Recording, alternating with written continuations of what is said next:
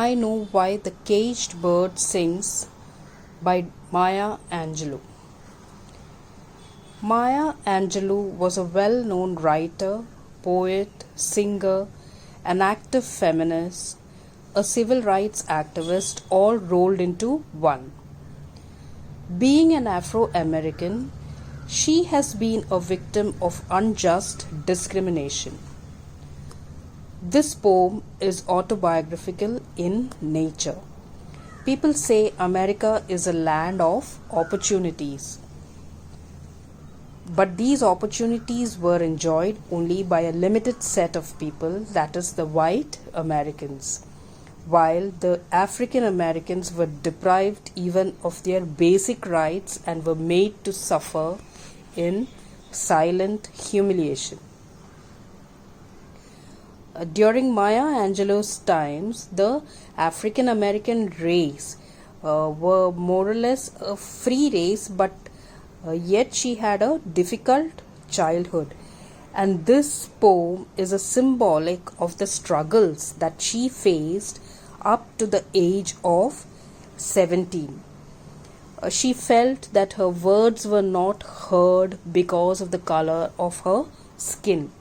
So this poem basically revolves around the theme of racial discrimination and freedom. It is a metaphorical one which talks of a contrast between a free bird and a caged bird. The free bird represents the white Americans, while the caged bird is a metaphor for the African Americans. This poem brought the poet instant recognition, fame, international acclaim, and popularity. It is definitely one of the most powerful, moving, and inspirational poems ever written. I Know Why the Caged Bird Sings by Maya Angelou. A free bird leaps on the back of the wing and floats downstream till the current ends and dips his wing in the orange sun rays and dares to claim the sky. So the poem begins with a reference to nature. There is joy and a spirit of freedom in these lines. This depicts the freedom with which the bird can fly anywhere it wants to without any restrictions whatsoever. So here the free bird is leaps into the current of the wind, the direction of the wind, and it floats down, it glides down effortlessly until the air current shifts, and then it immerses its wings in the orange sun rays. And then what does it do? It is bold enough to call the sky its own. It is claiming to be the owner of the sky. So these lines essentially shows the joy, the confidence, the self-assurance of the white Americans, how easily and effortlessly they can live their lives with all the comforts and luxuries. These lines, they are rich in visual imagery. We can actually visually imagine the bird floating in the direction of the wind, in the gliding in the direction of the wind, and then of course the glow of it is dipping its wings in the glow of the orange sun ray. So there is imagery in these lines as well. But a bird that stalks down his narrow cage can seldom see through his bars of rage. His wings are clipped and his feet are tied, so he opens his throat to sing. So the second stanza speaks of a completely contrasting condition of the caged bird. In this, the caged bird, unlike the free bird, is in a narrow cage. confined to a narrow space. Remember, in the first stanza, the free bird had the entire sky to fly wherever it wanted. See, here it is not like that. The only thing the bird can do is to walk stiffly up and down in that confined space. Stalk down, meaning he can only walk in that confined space of his, in that cage of his. Can seldom see through his bars of rage. Yes, it can seldom see through his bars of rage. Because of his captivity, he cannot see beyond his cage. He cannot understand or perceive the limitless opportunities or the possibilities that lies in the world outside. He is in his cage, angry, frustrated, and he is blinded by rage. He cannot see. The pent up frustration is there in him. Bars of rage, isn't it? The poet writes bars of rage. Note that it is a metaphor. Now, what are these bars of rage? They are the racialism, the discrimination, the oppression, the hatred that the whites have towards the African Americans. Also the poverty, the insecurity, the fear, the fury of the African Americans. All these constitute the bars of rage, beyond which the bird cannot see. His wings are clipped and his feet are tied, so he opens his throat to sing. Yes, wings are clipped. Wings are a symbolic of freedom. His freedom is curbed and his feet are tied. His movement is restricted.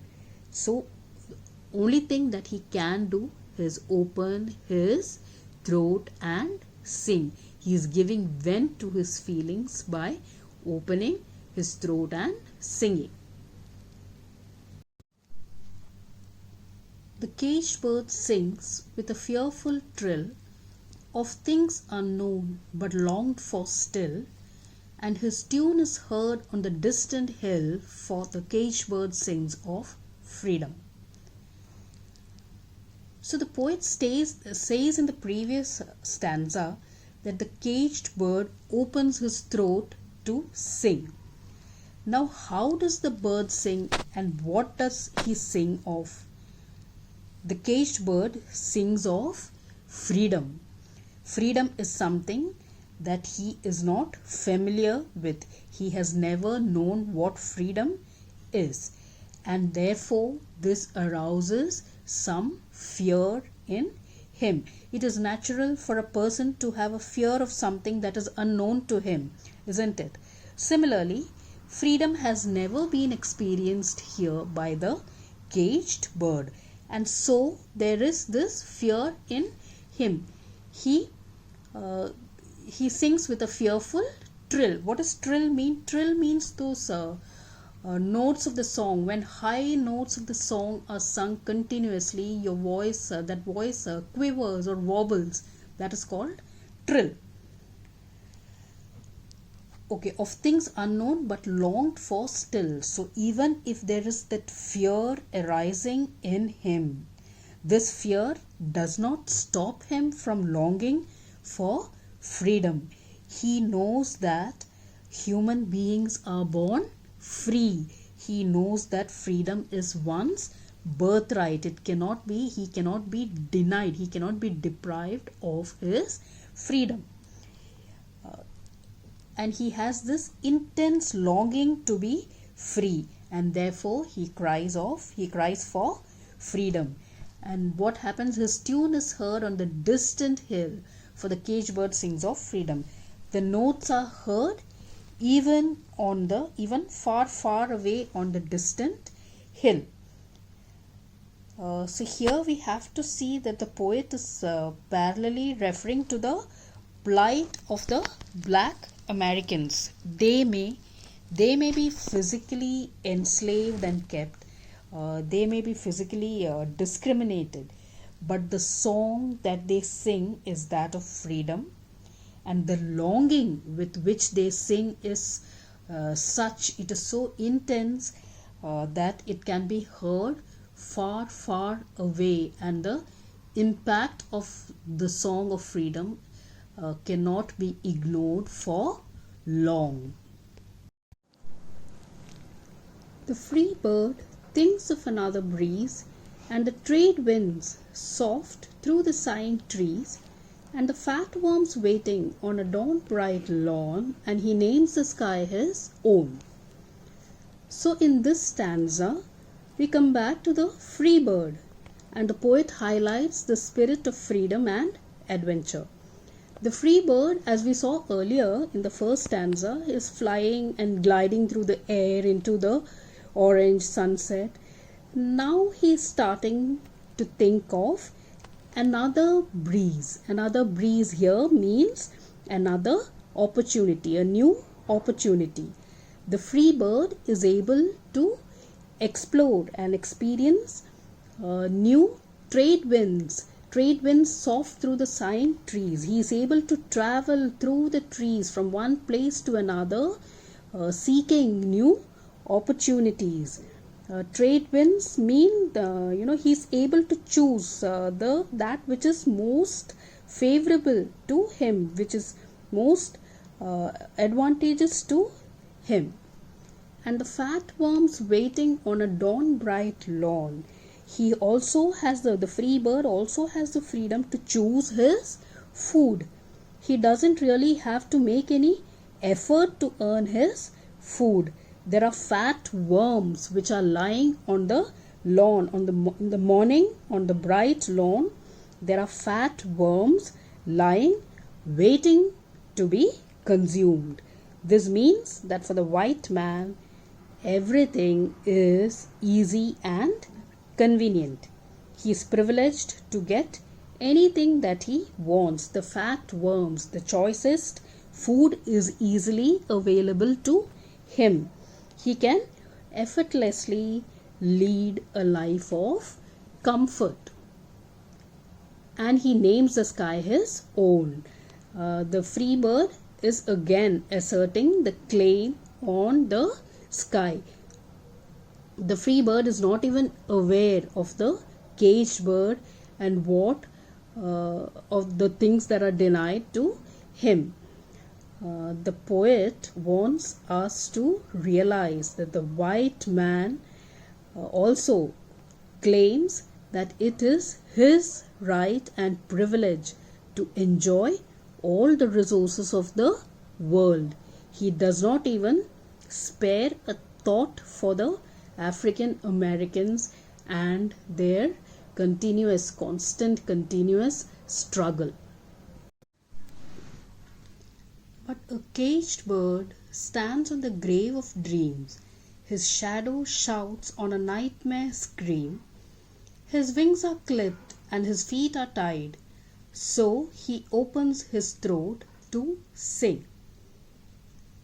This stanza now brings the focus back to the caged bird.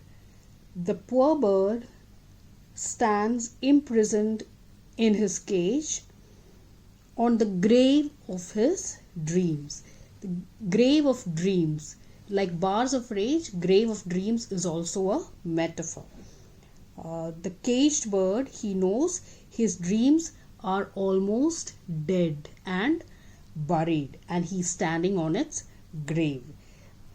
The caged bird knows that he may never be able to realize or fulfill his dream of flying free in the open sky. So, no dreams and no hope. No dreams, no hope. And no hope, no life. His very existence is like as if it is almost nullified. His shadow. See, that is why the poet uses the word shadow. The caged bird is now just a shadow of its own being. It is like almost he has lost its own identity. His dreams are dead and he has almost lost his very existence. His shadow shouts on a nightmare scream. His life itself is like a nightmare. And a person who has a nightmare, what does he do? He cries out. Similarly, the caged bird also is screaming out. His wings are clipped and his feet are tied, so he opens his throat to sing. We see that there is a repetition of the lines as is given in the earlier stanza. His wings are clipped and feet are tied. It only reasserts or reaffirms the pathetic or the miserable condition of the caged bird. So he opens his throat to sing, yet he continues to cry out and sing of freedom. Note that the poet paints a very grim picture of the caged bird here. He realizes that his dreams are futile and there is hopelessness and a sense of powerlessness in him. Yet, in all his confines and with all his restrictions, he again, with a lot of pain, he is opening his throat and singing for freedom. The caged bird sings with a fearful trill of things unknown but longed for still, and his tune is heard on the distant hill, for the caged bird sings of freedom. The poem concludes with the refrain. The final stanza is a repetition of the third stanza, which stresses upon the intense craving of the caged bird for freedom. However, this repetition also reaffirms the factor of hope. The caged bird does not lose hope and it opens its throat to sing for freedom. It strives to make its voice heard. The poet here emphasizes that no matter how frustrating the circumstances become, the African American race will continue to fight for their freedom, fight against all odds till such time they are liberated from the shackles of bondage. So we have come to the end of this poem. We have seen that this poem deals with themes like freedom and bondage, voice against injustice, be it social injustice, cultural or religious injustice. The poem is a metaphor. The free bird is a symbol of the privileged white American race, while the caged bird is a representative of the black African American community to which the author herself belonged. The poem is autobiographical, as the poet Maya Angelou herself at a very young age was a victim of racial discrimination, injustice and assault. This poem reveals the depth of the feelings of the downtrodden African American community in America. The feelings of sorrow, anger, frustration, low self-esteem, bitterness, etc. But in spite of the physical, emotional and psychological oppression that the African American community faced, they never once lost hope of their freedom and were determined to fight till their situation changed. Thus, this poem is a powerful, moving, eye-opening, inspirational poem ever written and leaves a lasting impression in the minds of the reader.